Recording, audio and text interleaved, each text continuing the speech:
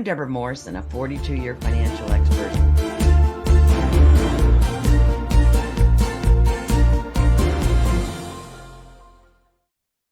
Welcome to the We Can Do It Women movement, where women 60 and wiser step into the spotlight and make the rest of their lives the best of their lives. I'm your host, Debra Morrison, a wealth building expert and champion for extraordinary women just like you. For over 47 years, I've helped women secure their financial futures, and now I'm on a mission to ignite a revolution. Yes, showing the world that at 60, 70, and beyond, we are, some of us a nickel slower, yet we're all just getting started. And our esteemed guest today comes to us from Foray, Scotland, in the Scottish Highlands, Jane Duncan Rogers. Hi. Jane, yes, hi, Jane. Sorry about that. Jane is a Scottish author, speaker, and award-winning life and death coach. Mhm. And she's best known for her pioneering work helping people prepare emotionally and practically for the end of life. She's the founder of Before I Go Solutions, a social enterprise established after the death of her husband, Philip, in 2011. And it's dedicated to educating people about dying, death, and grief through workshops and training for end-of-life planning facilitators. Her mission is to make end-of-life planning as common and natural as planning for birth. I couldn't agree more, Jane. Welcome to the show. Thank you. Great to be here. Indeed, indeed. So appreciate your coming in to join us at tea time. So please feel free to enjoy Have your my cup of tea. afternoon beverage. Absolutely, absolutely. So I kind of like to give people a little bit of a background, Jane, and I looked up that you were born in Scotland and spent those early years moving between Scotland and England, right? And it gave you, instilled in you a strong sense of cross-cultural connection, which is not what every kid is raised with, which I commend, and your parents for sure, and adaptability, right? And so Mhm. I've read in a couple of sources that your childhood was described as curious and reflective, and it's shaped by your parents' encouragement of independent thinking and open conversation. That, I mean, were other Scottish kids raised like that, or did you find that, you were really privileged? It's interesting to think about it like that because it's even more so in that I was actually brought up in Northern Ireland. So for those of people who I think that I've got a Scottish accent, well, actually it's a mixture of Scottish and Irish. I got So So yeah, I lived in three different countries and went to three different schools before I was age 7. So that's either a recipe for disaster or a recipe for meeting life in a different kind of way, which of course is the way that I've taken it. I did leave Northern Ireland when I was 17, I think it is, and I never went back there to live, just to visit. But yeah, I've always been curious. I always want to know what is really going on. What is going on behind a company, behind a project, in a relationship, what an author is really thinking about, that sort of stuff. And that is what have brought to all my work as well. Well, it's amazing. And that training and the exposure in these countries basically influenced your comfort discussing topics that other people sometimes avoid or often avoid, such as death and grief recovery. So your family valued compassion and spirituality, and you credit that as the foundation for your later career as a counselor, as a coach, and the eventual work on end of life transformation. So talk to us about how you got into counseling, Jane, and then morphed into coaching. Talk to us about that transition and you're seeing patients and then you're kind of trying to think, where do I belong? I don't know. Tell me about how you chose this path. Sure. Well, I had always, I suppose, I didn't call myself this, but I'd always been a spiritual seeker. I always thought there was something more to life than what appeared to be. And having been brought up in Northern Ireland, it was you were either Protestant or Catholic, and I was neither. Our family was neither, but you didn't get that privilege living over there. So we were known, if you had to categorize us, we were known as Protestant. But as soon as I escaped, I was interested in seeing what is deeper than religion, if you like, i.e., the essence of all religions and what I would call spirituality.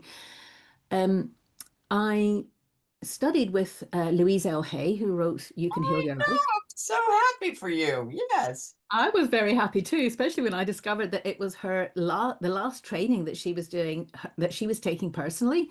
So that was in San Diego in 1990, I think it was, an awfully long time ago. And I came back to the UK and I thought, well, I'm not ready to run study groups of her book, which is what I'd been trained for. And so I started getting some personal therapy for myself. And but after a couple of years, I thought, right, okay, I can do this. And I began just like Louise Hay began in her front room, inviting people to come along. And that very first group, we had 6 people, and I was absolutely terrified, but it went okay. And and then sometime later, somebody asked me if I would see people individually. And of course, I said yes, because I tend to say yes to opportunities. And then I thought, I better get some counseling training. So that's what I did. I did it kind of back to front. By this time, I was in my mid 30s probably. And that led me into that arena, which led me to the very first book I ever wrote, which is out of print now, but it was called Choose Your Thoughts, Change Your Life, and was an extension of what I'd been doing with Louise Hay. Yeah. And I All right. self-published Now, that book. I how did you can't, get involved with Louise Hay? I mean, that is amazing. well, somebody gave me a copy of the book, You Can Heal Your Life. I was working on a Greek island at the time. I absolutely loved it. I, as in those days, we were communicating by telex machines and phone and letter writing.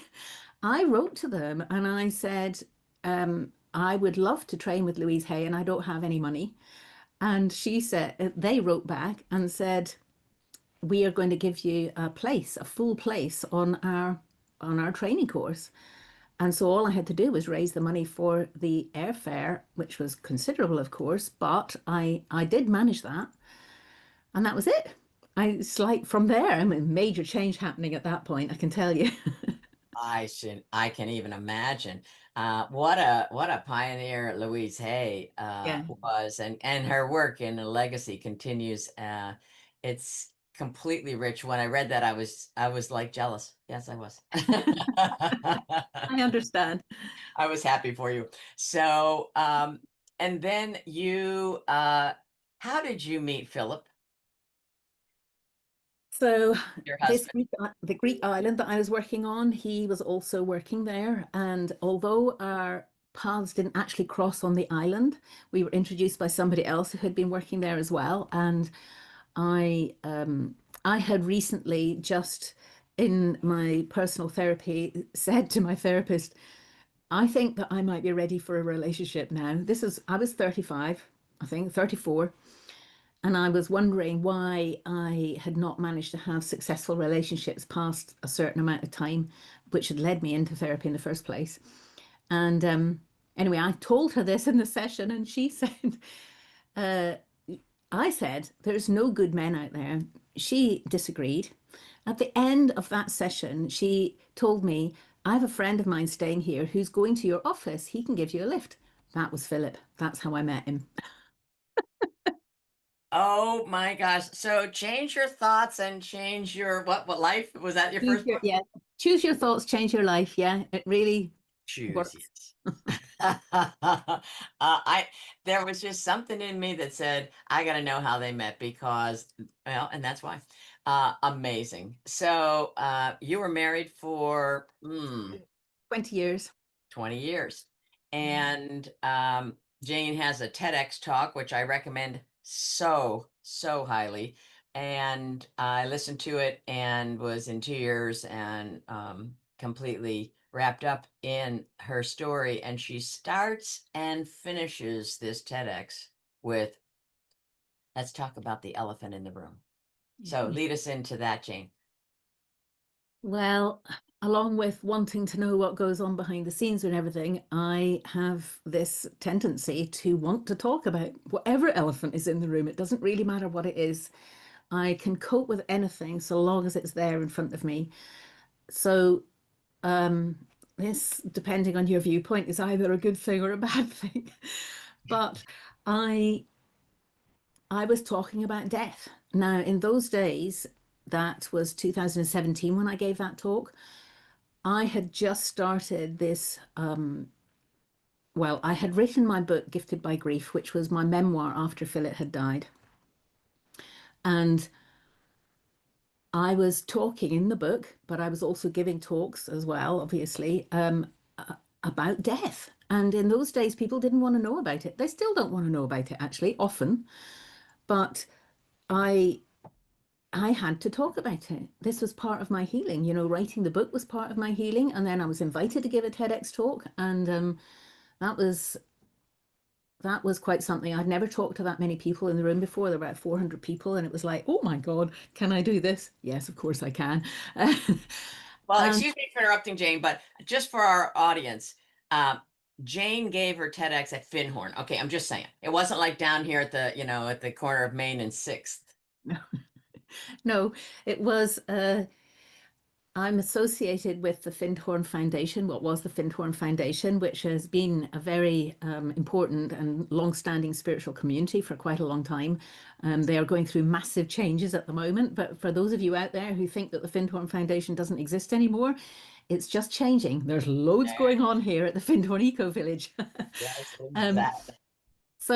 so yes, they had set up as a TEDx provider, and because I was known for my work and I had already been talking, but just to smaller groups of people, that's why I was invited onto the same stage as Caroline Mace. I was delighted to see. That's why there were so many people there. They hadn't come to listen to me and death; they'd come to listen to her. Oh, that's amazing. Oh, she's an amazing woman as well. So, yeah, so I kind of jumped ahead because I was so excited about the TEDx. But let's come back to your relationship with Philip. And you reveal in the TEDx that you got a call from Philip and he indicated to you that he was diagnosed with stomach cancer, Yeah. and take us through that, how that news hit you, obviously, and how you and Philip then brought yourselves together into that conversation. And I want you to particularly talk about that one momentous conversation. Yeah. Okay. So I heard about it on the phone because I was in London at a conference and I was due back, and he had had a message from the doctor which um, he hadn't been able to get. Okay, let's start again. He'd been, because I wasn't there, he'd been to the doctor with a friend of his, and this was the result, that he had stomach cancer. Now, he had things wrong with his stomach, but nothing that you could imagine would be as serious as that. Neither of us had thought it would be as serious as that. If the worst we had imagined would be an ulcer or something like that. Yes, He'd yes. had problems with digestion just, but for quite a long time. Anyway, I heard this over the phone, and then I got on the plane and he met me at the airport, and clearly I had been imagining that this was not true, because the first thing I said to him was, "Is it true?" And of course he said it was true. You don't fib about a thing like that. Right. But it took some time for it to sink in. And yeah, it was, I mean, when you're diagnosed with a life-threatening condition, or certainly this is what happened for us, it the fact is you're still alive. He felt okay. Apart from having digestive problems, he felt okay. He looked okay. It's really difficult to come to terms with that. That's Exactly. that's a Exactly. And so it took some time for that all to sink in. And so there were lots of big conversations that we had. So which one is it that you're talking about? well. Uh, you mentioned that he had in and out of chemo and so forth, and your friend, I believe, our family member said, have this Yes, conversation. that's right. Yes, that And is right. you were sitting there with apparently no paper and so forth, and began to ask Philip these very personal and intimate questions, and he answered them. Yeah. And you both seemingly agreed at the end that that was a very, very pivotal conversation for both of you, even though It you was. weren't allergic to talking about it anyway. But boy, that took it to a whole different level. It did. And how it happened was that an American friend actually had emailed me um, to say, you must ask Philip these questions. And there was a whole long list of at least 20 questions, and they were all practical things like, what are your passwords? What kind of coffin does he want? What what kind of clothes does he want his body dressed in? I mean, really quite hard hitting. And I just glanced at it, and when I saw what it was about, I ignored it. And she sent that email 3 times. That's how much I didn't want to look at it. On the third time, I told him, and because she was a really good friend of ours and we respected her, and also I said, we're going to have to answer these questions to get her off us our back, if for no other reason. Oh, that's good. So, because I'm pretty practical, I am a spiritual person, but I also have a very practical side of me, just like Louise Hay did. Um, one Saturday morning, I said, right, we're going to do this now. We sat up in bed with the laptop and I asked him questions. I just created a Word document, went through the questions, created his answers. We talked a bit about some of them, and it took us maybe a couple of hours, something like that. And it was one of the most intimate and connected and loving experiences that we've ever had. I mean, that was just so unexpected. It really was. It was, I mean, we were talking about his end of life, his death, and yet we were there together, feeling more loved up than we had for many, many years, probably. It was one of the best conversations, I would say, of our total marriage, and led to actually a whole year. That whole of the last year probably was one of the best years of our marriage as well, Mm, mm. which is strange in a way. And yet, when you're facing a possible end, we started anyway to really look at and appreciate each other for what we did have right now, you know? Right now, right now. Yeah. Um, this was obviously very shocking. And you talk in your TEDx and also elsewhere about the importance of having this conversation with yourself and being in the now, living now. This is not a dress rehearsal, guys. You know, it's not a dress rehearsal. The obituary is filled with people every day. And I say probably 99% of the people didn't plan on being there yesterday. Yeah. So you make a very poignant point, and anyone that's lost one or more people understand that the second you hear it, it's like, yeah, yeah. And you're like, I knew he was dying. I knew he was dying. And then in the TEDx, you described the breathing and the rattle breathing, and we've many of us have heard that. And then no breathing. And there's you had a profound sense of, you know, he wasn't there anymore. So Yeah. now you look into the universe and into the expanse. So I'm just so impressed that he was willing to talk with you and you were courageous enough to broach it and to ask those questions. And that really opened the door towards your, and his, mending any misunderstandings or anything. And you mentioned about him going back to relationships that were a little bit, not quite right, and really fixing it. And that was his preparatory, right, to his finishing. Um, and then talk to us about the countdown thing. Oh my gosh. Oh, the countdown. Yes. So Countdown is a program here in the UK where it's about putting numbers and letters together in different ways. You know, it's a sort of game show sort of thing. And it must have been, I can't remember now, but a few days anyway before he died. But the thing is, you know, when it's easy for me to say that now, it was a few days before he died, but in that moment, you don't know that. You don't know. So my friend had been staying with him that night. There was um, one of us was always there in the room, in his room overnight, and she told me this story, which was that he had woken up and he wanted to put on the television. And I thought, this is really weird because he hadn't wanted to watch the television at all. But he said he wanted to watch Countdown, which was his favorite program. Now, she didn't know all this and she'd never heard of Countdown. But when I heard that that's what he said he wanted to watch, I knew he was giving me a message to say that he was counting down. That this, I mean, how did I know that? I just knew it in my bones, in my heart, everywhere. It was like this is the way he's telling me that this is it. This is the countdown to the end of his life, to this last breath. Now, I had read about all this sort of stuff before. I had read about people giving messages Yes, of to course. loved ones before they die in a way that only those people will probably understand. Nobody else would Exactly. have known this, you know? Exactly. But for me, it was like obvious. And actually, I found that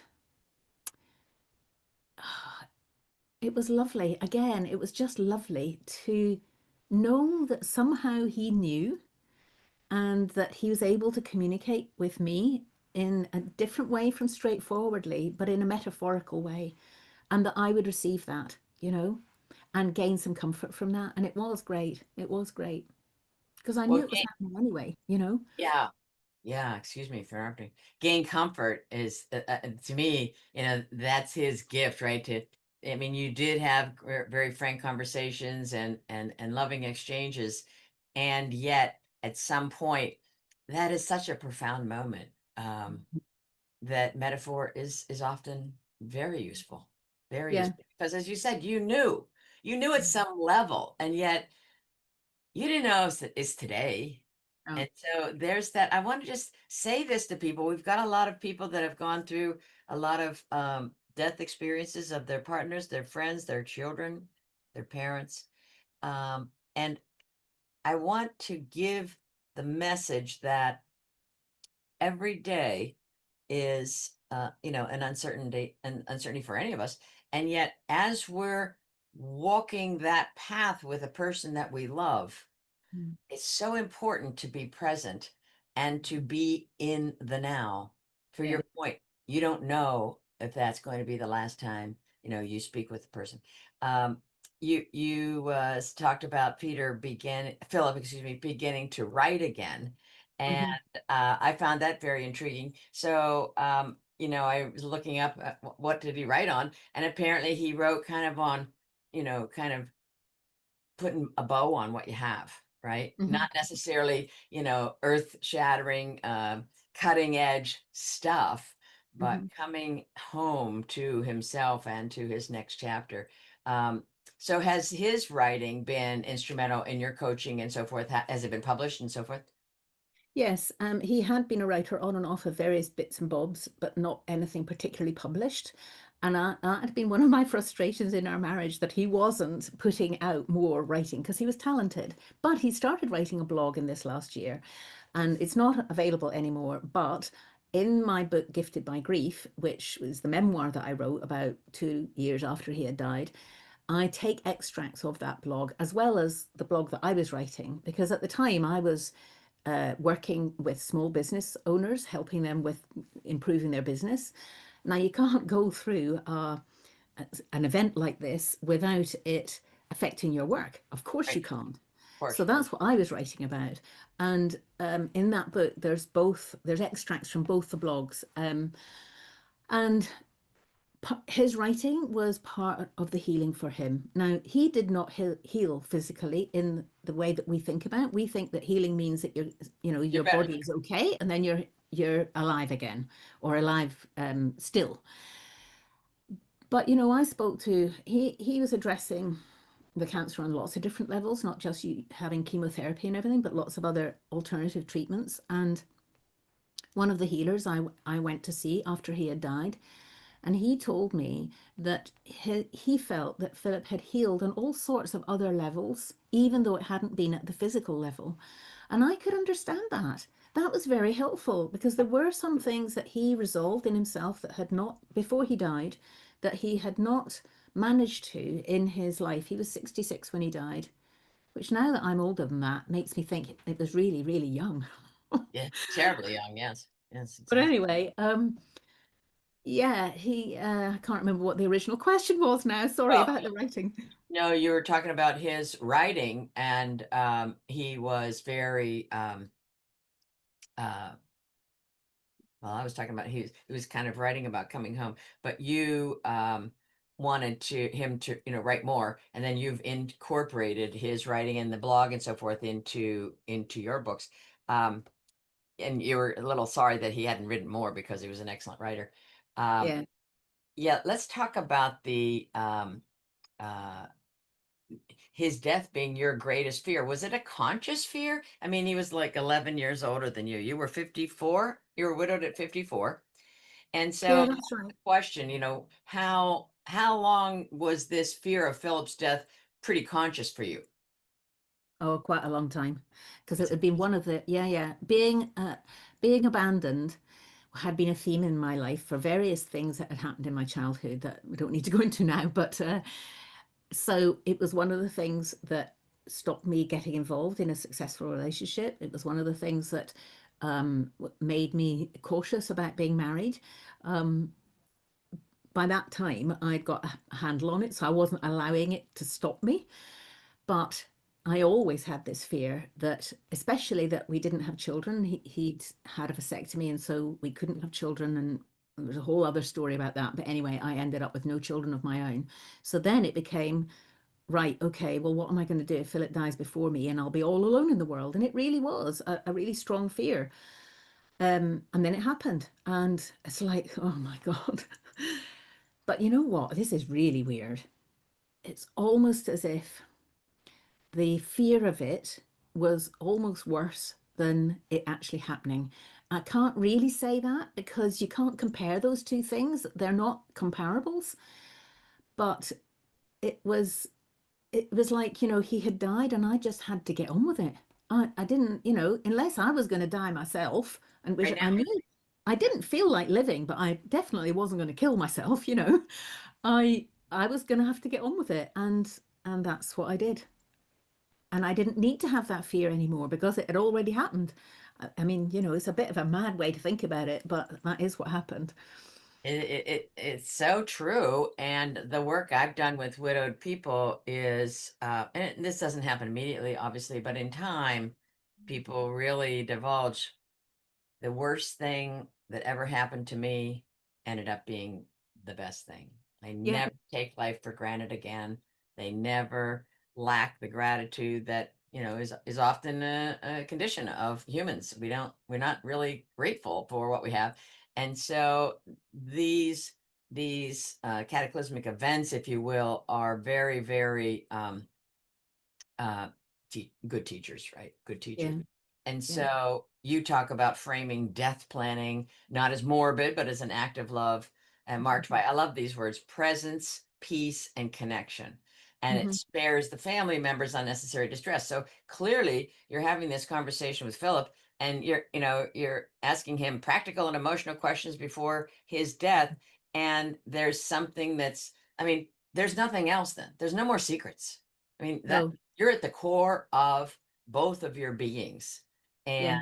I think that I've got to just guess that both of you aged spiritually and became much more wise, you know, by a multiple compound effect at that in that conversation, because those are conversations that you have every day, clearly. No, no, absolutely. And it was, and that's why I can say that that last year was probably one of the best in our marriage. And because we were so present, it's like, you're alive right up until the moment that you're dead. And the only difference is that when you're alive, you're dealing with whatever it is that life is bringing you, whatever that is. And when you're dead, you're not, obviously. And, the other person left behind is dealing with a different set of whatever has come to you. But I think that's really important to remember is that when we're here, we're here. And yet we spend so much time as human beings either being in the future or trying to be, or in the past or trying to be, and avoiding just like what all the sages say, being here right now. Yes, in that conversation process, you're transforming fear into acceptance. You're allowing for a very, very meaningful final chapter, which you and Philip both shared for 14 months. Yeah. I commend you on that courage. Um, and the aspect of after Philip died, you're basically saying, okay, I'm going to do something. And where was it here? I got so many notes. I wanted to see this. Okay. So, award-winning coach and writer, you were devastated, of course, when your husband died. Your greatest fear had come true. You were on your own at 54. That's a nuts age, too young. However, little did you know that 3 years on, you'd been published as the best-selling book, best-selling author of Gifted by Grief. And and so a lot of people would find that dissonant, gift and grief, but it once you've been through it, right? Yeah. You really know. I mean, I had a person, I sought out Elizabeth Kubler-Ross because Mhm. I really wanted to get my head around this, uh, Mm. this death thing. And I was at the time partnered with a woman who was very much, she was double my age. So I faced this whole thing like, oh my gosh, I'm going to be alone for a long time, right? And so we went and saw Elizabeth Kubler-Ross. And I said, I just like, what kind of what will I do? And she just that beatific smile, and she says, once you have seen it, you'll know how beautiful it is. And it was just like, oh my gosh, the queen of death, the doctor of death, and of course life and transformation and insight, and oh, the brilliance of that woman and that doctor. So I was then really shifted. I shifted my perspective and began to focus in on, wow, we have some rich life to live. And we did. So this whole aspect of getting beyond our fear, the straightforward, no nonsense, and that kind of brings me back to your childhood, right? And you really forged through and did so with such aplomb. So talk to us about this aspect of front door, back door thinking. Yeah. I didn't call it that at the time, but one of the things that's really helped me with the grief, because oh my God, was I knocked over by grief. I had trained as a counselor, and obviously I had done quite a lot about bereavement and all that. So from an intellectual point of view, I knew about it, but from an emotional point of view, oh my God. So I was really discombobulated by the impact it had physically and emotionally. And um,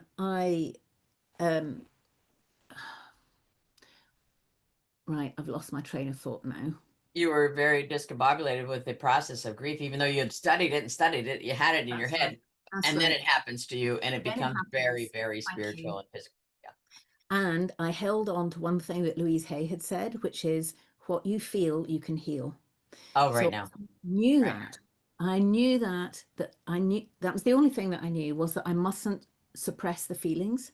And I didn't do that, which meant there were quite sometimes when I was in floods of tears or angry. I was very angry a lot of the time, in what might be called inappropriate circumstances, but because I was dedicated to not suppressing these feelings and allowing them to be there, that's what came first. So, what I realized afterwards when I was reflecting and preparing for writing the book, I was, I had, what happens when feelings come towards us or when a feeling overtakes us or whatever, what's happening is that, and it's something that we don't want, what we try to do is we push it away. So the metaphor that I use is of a house. So what we try to do is shut the door, pull the curtains, close the windows, lock everything, shove it away, and pay no attention. Unfortunately, that does not work because the feeling lurks around outside and gets in through the pipes or whatever it is. I do not recommend that way at all. What I do recommend is that you actually open the door and open the windows, but you open the back door as well. This is the front door, back door thinking, okay? It allows the feelings to come in. Now, you have to be brave to do this because it doesn't feel nice if it's a feeling that you don't want. But the fact that you're allowing it to be there allows it to just be there for the length of time that it needs to be there. And then you're not holding on to it. It is free to go out the back door as well. So that is the process of what you feel you can heal. And I use that analogy now in from any things because it's not just grief that it works with all feelings. It also Exactly. works with the feelings that we want to have, because with the feelings that we want to have, we tend to try to get them in the house and then shut them in there. And that doesn't work either. So, exactly. So, what we have to do is be willing to have the feelings, whatever they are. It doesn't matter, just be willing to have them. And, when they're strong and they're horrible and you don't like them, it's not nice. It is rubbish. But trying not to have them does not work because it just makes it worse.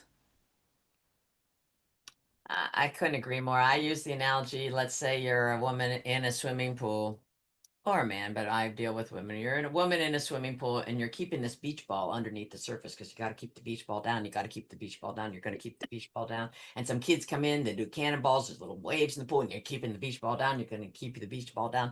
And somebody distracts you really big time because a lot of your attention is keeping the beach ball down and submersion in the water. And someone distracts you, and boop, Yeah, now you start the next chapter yeah, of yeah. your life.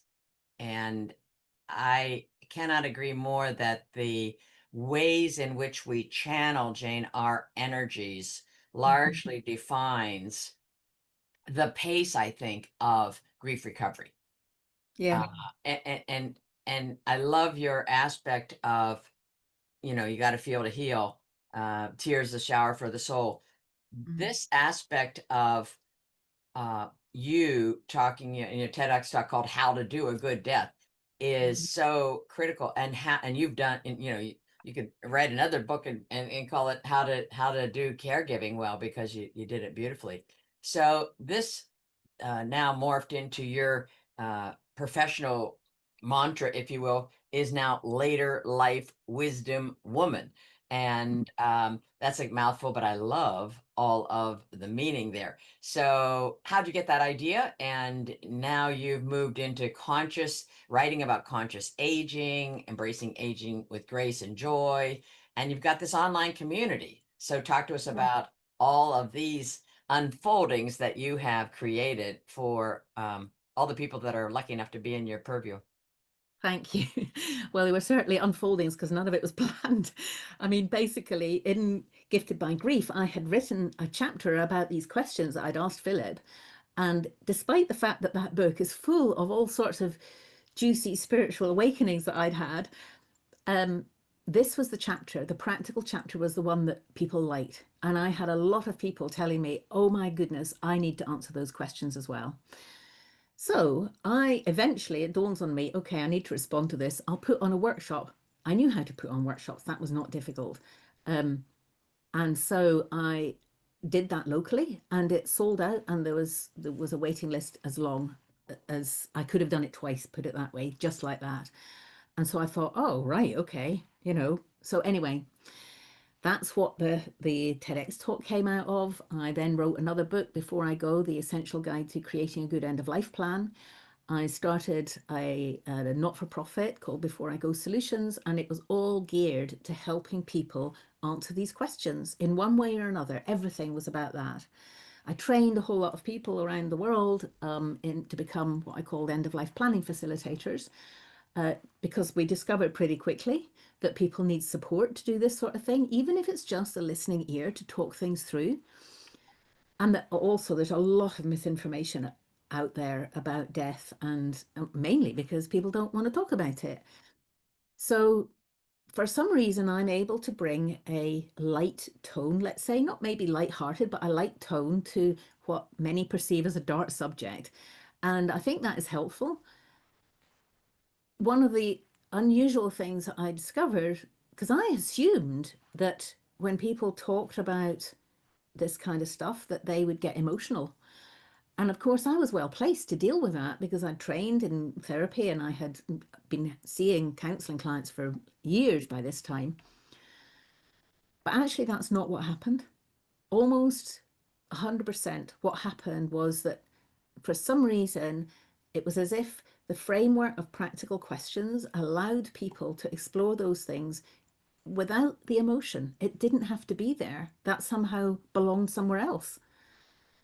So for all those listening who might be worried that they're going to, not be able to do this without tears or all sorts of other feelings, that's not necessary. That's very unlikely. In my experience, that's very unlikely. You will just get on with doing it. Um, so yeah, that took me into that. And then after about 8 years, I passed that business on to somebody else. It couldn't be sold. Obviously, it's a not-for-profit. Not for profit, huh? And that's still happening, but under a different name. And I took some time out That was last year. And I'm now writing about embracing aging. Well, if you're really going to reach out and embrace aging, of course you're going to embrace death as well. Yes, of course, of course. Yeah. Perhaps not in totally embrace death, but you're certainly going to allow it to be there in your life. And so I write much more widely about that now. And I'm also back to my first love, which is writing. And that's really what I like to do because somehow I found myself running this enterprise, and not much time for writing. So, Yeah, you're stretched thin. I love this. You help women 55 and older to age wackily and well. This is so cool. So, yeah, you're in it. You're writing a weekly newsletter on Substack, which everyone can tune into, called Embracing Aging. And we're just gonna be continuing to look for more and more prolific writing from you because you've got such a great message. I'm really uh, kind of hearkening back to your statement about people need to be listened to, right? And then this whole separation between emotion and intellect. Like I was trained in NLP, neuro linguistic programming, and when intellect is high, emotions are low, vice versa, like a teeter-totter. And so I'm very clear in my book. I want a 6 month no decision zone. mm, This is not the first 6 months, not the time to be saying, I'll move near the kids, I'll blah, blah, blah, blah, blah, blah, and I actually, when I did one-on-one coaching, have a person sit in the chair and we do the emoting. And if mhm, you're alone, you do your emoting alone, and you set a timer. mhm, And if when the timer goes off, you're not done, you just hit snooze and you keep crying or you keep beating the pillow or whatever you're doing because you've got to feel to heal. And mhm. you can't say, "Oh, I'm not going to feel that right now." I mean, there's some times that you won't do follow through with feeling overtly. Yet there are so many times that people, I think, suppress it and it'll come back some way else, some Yeah, other way. Pardon me, I'm not speaking well. It'll come back or it'll lodge itself in our body, and that's really what we want to have. This see all of the this interview we've been talking, I continue to get the image, I'm just saying this to you, of flow. yeah, Like yeah, you and Philip had this flow of frank, yeah, honest, loving communication, that flow. And then he used metaphor to tune you into the time is nigh. yeah, And after he passed, you, yes, grieved. And then you had the flow of what would I do next? Like when people were wearing those what would Jesus do bracelets here in the United States. I mean, I always cotton to the messaging of a person who's widowed, and I say, what would your person have you do right now? Let's wear that bracelet, right? yeah. Talk to me. Nice. Do you talk with Philip now and ask for his guidance on things? Well, I certainly used to. I used to do it a lot, and that was a normal part. It felt, I mean, it was ridiculous to think about not talking to him just because his body wasn't there. So I didn't like that. I would have preferred it if his body had been there. But the fact was, I only wanted his body to be there if it was healthy, and that was not an option. So I just had to accept it this way. And I don't do it so much now, partly because I'm married again to a really lovely man who's also a widow. Our first date, we talked all about death of both our partners, but also just as death. It's a pretty unusual first date, actually, but it went very well. Exactly. Um, but I still talk with Philip because he had a great grasp of supporting me in my work. And so I sometimes still use him as like a business mentor. And that's really nice. It's like, what would you be saying to me now if I was asking you this question? Exactly. And you and Philip had a publishing company. You ran an alternative publishing business in Oxfordshire called Green Pages. And Yeah. so you both worked together in writing and publishing, and that just really was the a good platform, a taking off point for both of you to be Yeah. writing and for you to continue to write prolifically. I'm very, very happy that you're continuing to write. So you're focused on now you're living near Findhorn Spiritual Mhm. Community. Yeah. Findhorn, for those that may not have heard of it, is a venture focused on holistic living, environmental awareness, Mhm. long before the movements were mainstream, and you and Philip were involved in that. And there's a keen awareness about people's personal and spiritual growth, conscious living.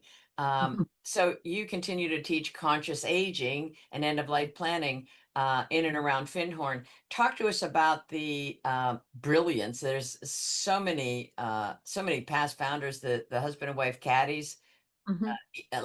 Eileen and Peter. I mean, I've read about them for 100 years. David Spangler. I mean, so I know some of these names for sure, but some of our listening audience doesn't. So talk to them about the Findhorn Foundation, because that's powerful. Sure. Well, it was founded in about 1962 by Peter and Eileen Caddy and their friend Dorothy McLean. Yes.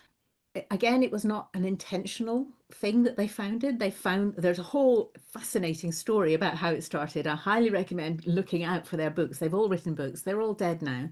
Yes. But it was based on the three principles of inner listening, co-creation with nature, and work is love in action. Now, all of those things I can agree with. I mean, they sound juicy to me, and they certainly did when we moved here first, which is why we came here, me and Philip, because of the connection with the foundation. We didn't want to actually join because that was more of a commitment than we wanted, but we wanted to be around, and that's what we've done. Do you know, another interesting thing about that I discovered was that after we had moved here, I realized, not having it hadn't clicked before, that my ancestors are from just across the Murray Firth, which is about probably an hour's drive away. They used to live there as farmers. And that's why I'm pretty sure that this is the only place that I've ever felt that I belong. Oh, you Because, belong. yeah, It I belongs. know. So anyway, back to the Findhorn Foundation. Now, I just speak very up to date now because as a result of COVID and Brexit and a fire that happened at the community, the Findhorn Foundation itself has been winding down for the last 2 or 3 years or so. Morphing, right? However, the Findhorn Eco Village, which is based at the park in Findhorn Village, is alive and thriving. All sorts of things still happening there. So, despite what you may have heard to the contrary, there's a lot going on here. And if anybody of your listeners is coming here, then I hope you'll get in touch with me and let me know because we can meet up for a coffee.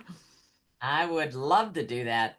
It is definitely on my bucket list. I mean, I like the Celtic crosses and so forth, and I really love that spiritual community and the emphasis. Um, there was another. Well, let me repeat your two books again. Gifted by Grief. Well, your first book was Choose Your Thoughts and Change Your Life. I didn't Yeah, get but that's not not in that's print. out of print. Yeah. Okay. But I love The the title. the first book that is still in print is Gifted by Grief, and the second one is Before I Go, The Essential Guide to Creating a Good End of Life Plan. Perfect. And of course, the first Gifted by Grief, it chronicles Jane's journey Yeah. through Philip's death. And then the second book is step-by-step guidance. So these are very, very, tactile kinds of pieces of information that any of us can use. Yeah. Um, then you're actively embracing aging for sure. And I'm very happy to hear that you're remarried. And, it is a common thing for widowed people to come together because it's kind of hard to explain to somebody else that has Yeah. suffered that Yeah. uh, that kind of a Well, the wonderful thing about that is that we were really clear, both of us, right from the beginning, that because if both of our spouses had not died, we would not have met. So yeah. that meant we were grateful for both their life and their death. And in our wedding ceremony, which was held in the grounds of a local house here, we had the photographs of our spouses behind us while we were doing a hand fasting ceremony. It was absolutely beautiful. Oh, oh, I yeah, that's really rich, and I commend you both for that move forward and for the honoring, because you even said in the TEDx, I wouldn't be here if Philip hadn't died. So that there's that. And so uh, I want to indicate to people why this is so important for us to be conversational about death and even terminal diagnoses. I think it was your brother that made a pretty, in my humble, lame brain response to your saying that, Philip had stomach cancer. And Hmm. um, and so I don't even want to repeat it, but I have a whole chapter 3 in my book, The Stupid Ass Things People Say. And so don't be one of those people. Mm. If you don't know what to say, you come up to the chief mourner and you say, I have no idea what to say. and I'm sorry for your loss, and sit there in silence, and maybe they'll talk, Yeah. and maybe they won't right then. I just it you know yeah, I know exactly how you feel. My cat died last week. Wait a fat minute, so and literally, I mean, I didn't make these up out of whole cloth. Mm. So I think the aspect of people lumping things together in grief, because we're still so ignorant about it. There's a Yeah. there's a mixture of ignorance and stupidity. Yeah. And so it's like, okay, well, if my husband died of lung cancer, then I'll go in a lung cancer survivors group. Wait a minute, maybe my husband smoked 2 packs of cigarettes a day, and then my cohort here's husband never smoked a nickel and wasn't even subject to secondhand smoke. So no, that's probably not going to be a good bedfellow for me to find comfort, right? Or for her, for sure. So the aspect of us kind of knee jerking to really quite stupid Mm. combinations. Oh, that should be that. We want to make order, right? Well, first of Mm. all, the aspects of grief is a whole lot of disorder, and that's fine because Yeah. it is realigning energies, right, Jane? It's realigning purpose. It's grieving and then being very present, and then some concern about the future. And so we're doing it largely alone. I mean, yeah, we might have supporting staff and people and friends, but we're there alone, which is why that conversation about the intimate questions and answers is so critical, because you can harken back. Oh, wait a minute. Peter said, oh, okay, that's how he wanted this to happen. And Yeah. people whose husbands die suddenly, they don't have that No, on no. which to fall back. So, I know. And actually, just one last thing, it's like the amount of comfort and solace that can be given to the person afterwards, knowing that they're carrying out what the person who's died has already said. I wouldn't have guessed how important that was, but oh my goodness, it was, you know, at a time when everything is awful, that is a small crumb of comfort and it really helps. oh, for sure. Yeah, Mm. it is a huge benefit, because some skeletal plan is better than nothing. And Yeah. so, you harken back and say, "Ah, okay, we got to pivot." Yet you have something on which to build. Yeah. And I'm really pleased for both of you that he was able to say and voice his opinion, because we kind of, the society, at least here in America, we shuttle women off to the side at our age. It's like, all right, we're done with you. You might have Mm. had kids, or you might not have had a career. All right, we're kind of done with you. And I think that's happened to a lot of, grieving people and a lot of survivors. And boy, this is, you've gone through such a horrific incident and life-changing circumstances, that it's that kind of wisdom under fire, right? That we Mm. all can use more of. And so it's that flow of wisdom that I'm inviting us to be partakers of. And so the more you write, the more we're going to be able to receive. And I am so interested in the flow of grief recovery, the flow of gratitude, and the flow Yeah. of being in these moments. Yeah. And that to me is a good takeaway. But how about you give us a final thought, will you? Oh yeah, gosh, there's lots of final thoughts I could give, but I think um, the one that's coming to mind now is be brave, and remember that being brave doesn't feel anything other than terrifying usually. So just because you're feeling afraid doesn't mean to say that you're not being brave or being courageous. Just do the thing anyway, just like Susan Jeffers said, feel the fear and do it anyway. Oh, she's a dear friend of mine. Oh my gosh, she really did nail that fear thing. She Yeah, really did. And you are exactly right, because of all things, death is one thing that's, more unknown than other topics. And so it's that courage to put one step, take one step and one step, and maybe one step forward and a couple steps backwards. Keep stepping. And that absolutely. is going to keep us and bring us into a new woven fabric, if you will, of our lives. So you've repartnered, and I'm grateful for that. And all of the experiences of both of your late partners comes into the mix. And Yeah. now it is a very, very wise collection. And we're grateful to have you on our show. And Thanks. I want to ask you, how can our listeners get in touch with you? Just go to the website, janeduncanrogers.com. That's the best way. And you'll be directed to other places then if you need to. Great. Excellent. Well, we'll have that in the show notes. So thank you so very much, Jane. I appreciate you, your wisdom, your time, and sharing all of that with us. Hopefully we'll have you back and we'll dig a little deeper. I absolutely thank you. And thank you, viewers, for joining us on the We Can Do It Women show. Remember, I see you.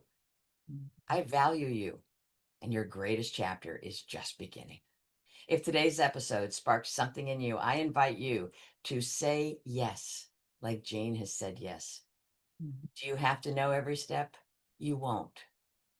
And say yes. The reward is rich. We must feel to heal. And for everyone that's grieving, we're just putting our arms of comfort around you right now, that you can deal with whatever's right in front of you. That's all you're asking. You just deal with whatever you're dealing with right now. So thank you. And until next time, be well, be in the moment, be joyful. Thank you.